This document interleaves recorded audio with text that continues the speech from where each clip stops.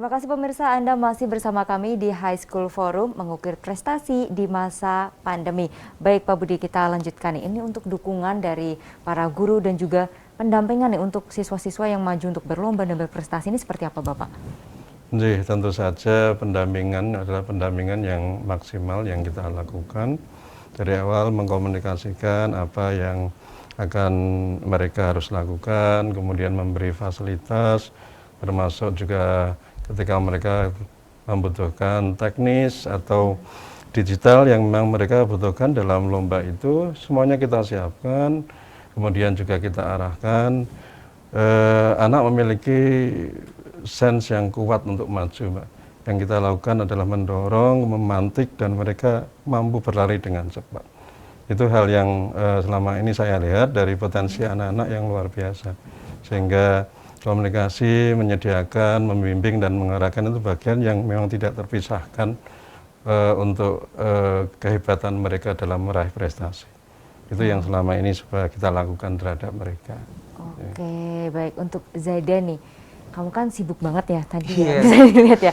Ini cara kamu untuk membagi waktu gimana sih dari yang pasti belajar kan kewajiban ya untuk sekolah, kemudian untuk berorganisasi dan juga ikut lomba tadi kayak desain tuh kamu cara bagi waktunya gimana sih?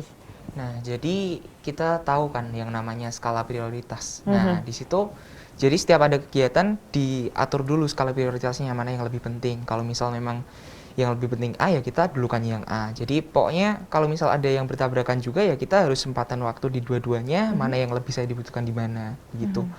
Tapi ingat juga kita nggak bisa ninggalin belajar kan, apalagi tugas utama seorang pelajar ya belajar.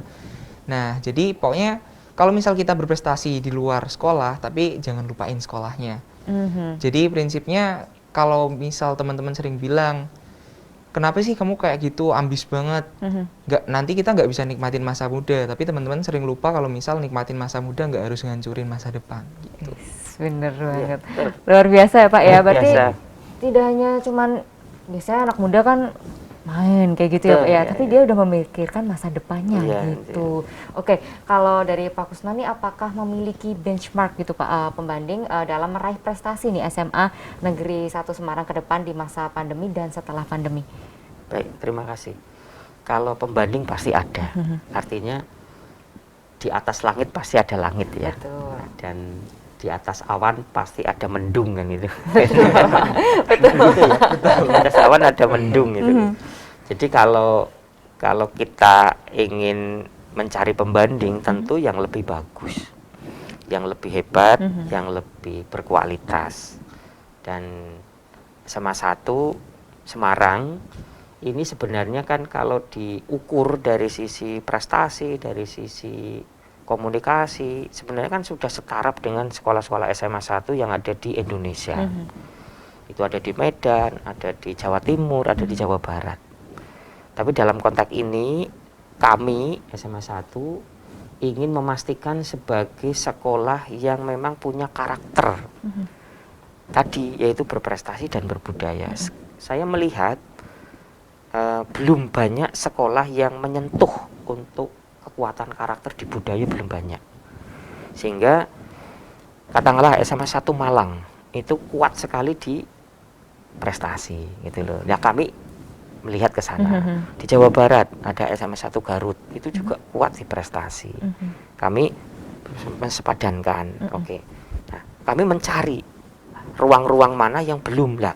Kami menemukan di budaya, terutama budaya lokal, dan ini sesuai dengan yang diharapkan oleh Bapak Gubernur. Bagaimana caranya kita untuk merukunkan siswa, orang tua, masyarakat? Salah satu media yang paling efektif adalah lewat budaya. Maka program rumah budaya itu menjadi sebuah kebutuhan untuk pendidikan di Jawa Tengah. Demikian. Oke, kalau untuk program rumah budaya sendiri nih Bapak, ini ada sejak kapan Bapak? Ya sebenarnya ini muncul ya sejak saya jadi kepala sekolah di SMA 1 Semarang. Kapan itu Bapak? Sebenarnya saya sudah jadi kepala sekolah SMA 1 sejak April 2021. Waktu itu saya menjabat sebagai PLT. Nah setelah itu per tanggal 7 Januari kemarin 2022 saya resmi menjadi kepala sekolah definitif di SMA 1 Semarang. Nah, konsep rumah budaya itu sebenarnya kan hanya membuat formal gitu, membuat formal sebuah pemikiran supaya ada dalam satu wadah yang bisa diukur, mulai dari perencanaannya, pelaksanaannya, evaluasinya sampai ke tindak lanjutnya. Hanya itu sebenarnya. Selama ini kan, mohon maaf ada tapi sepertinya tidak ada. Kan gitu, ada seperti tidak ada lah. Sekarang yang sepertinya tidak ada harus diadakan dan harus diatur sedemikian rupa sehingga kita memiliki ciri khas yang kuat. Nah, itulah pembentukan karakter yang akan kita berlakukan di SMA 1 Semarang ke depan. Apalagi SMA 1 sudah pasti akan menjadi sekolah penggerak, di mana ujung dari sekolah penggerak itu adalah menciptakan profil pelajar Pancasila itu.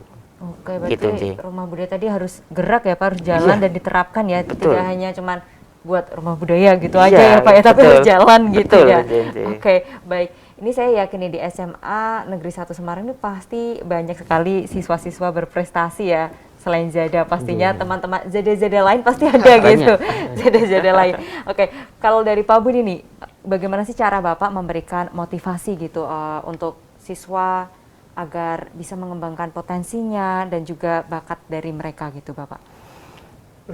Untuk itu sebetulnya kita bicara tentang setiap siswa itu memiliki talenta dan bakat sendiri-sendiri. Jadi bidang yang mereka miliki sebetulnya kan beda-beda.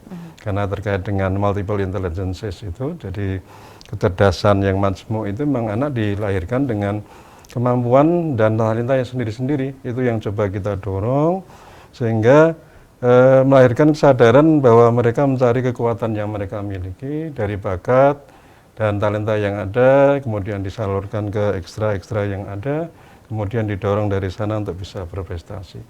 Dan memang juga salah satu hal yang bisa kita lakukan untuk memotivasi mereka adalah memang ya alumni Semansa yang sudah berkiprah lama, termasuk menjadi menteri, termasuk menjadi pejabat publik baik nasional maupun regional, yang tentu saja itu menunjukkan kualitas dan kemudian kesuksesan dari alumni mereka yang memang harus memberikan inspirasi pada mereka untuk bisa berbuat lebih, untuk bisa mencapai yang terbaik, menjadi mimpi yang besar untuk diraih.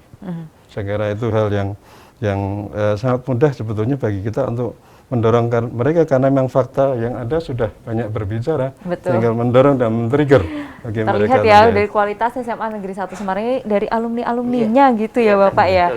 Oke, nah ini untuk bidang prestasi apa saja sih Pak yang diraih SMA Negeri 1 Semarang selama pandemi ini? Terkait dengan prestasi yang ada, memang selama ini terkait pandemi yang ada, yang banyak diikuti dan banyak menghasilkan adalah memang virtual. Virtual itu dimulai dari KSN, jadi anak-anak kita juga berprestasi di KSN level nasional, kemudian juga bahkan dari beberapa siswa kita LKTI itu levelnya sudah ASEAN dan internasional. Jadi karena memang itu semuanya dilaksanakan lewat online, jadi diikuti hampir semua negara, sehingga cukup mudah dan memberi ruang bagi mereka untuk berprestasi dan berkiprah di level yang lebih. Jadi mereka memiliki proyek, terus kemudian mereka presentasikan dalam bahasa Inggris dan bersaing dengan siswa dari negara-negara lain. Kemudian juga seni, kita ada solo vokal yang juara FLSN 2, LFS2N tingkat nasional, ada juga piano, ada juga Putri Hijab Jawa Tengah, dan banyak lain yang memang menjadi kebanggaan bagi kita untuk menjadi bagian dari Semansa. Jadi kebanyakan seperti itu, dan ini mulai sudah setelah pandemi agak mereda, sudah mulai offline akan dilaksanakan, dan mereka juga cukup sudah sangat antusias untuk mengikuti kegiatan itu dan lomba-lomba itu. Oke, ini di tengah pandemi aja prestasi SMA Negeri 1 Semarang ini tak terhitung ya Pak ya. Di tengah pandemi loh ini loh, prestasinya banyak banget gitu. Oke, tadi juga Pak Kusno menjelaskan bahwa kita tuh harus menjadi orang yang berkarakter gitu. Nah ini kalau dari Zada, ini karakter apa sih yang kamu miliki gitu sehingga kamu bisa menjadi berprestasi seperti ini? Tapi kita akan lanjutkan setelah jeda berikut ini. Ya pemirsa jangan kemana-mana, kami akan kembali untuk Anda usai jeda berikut.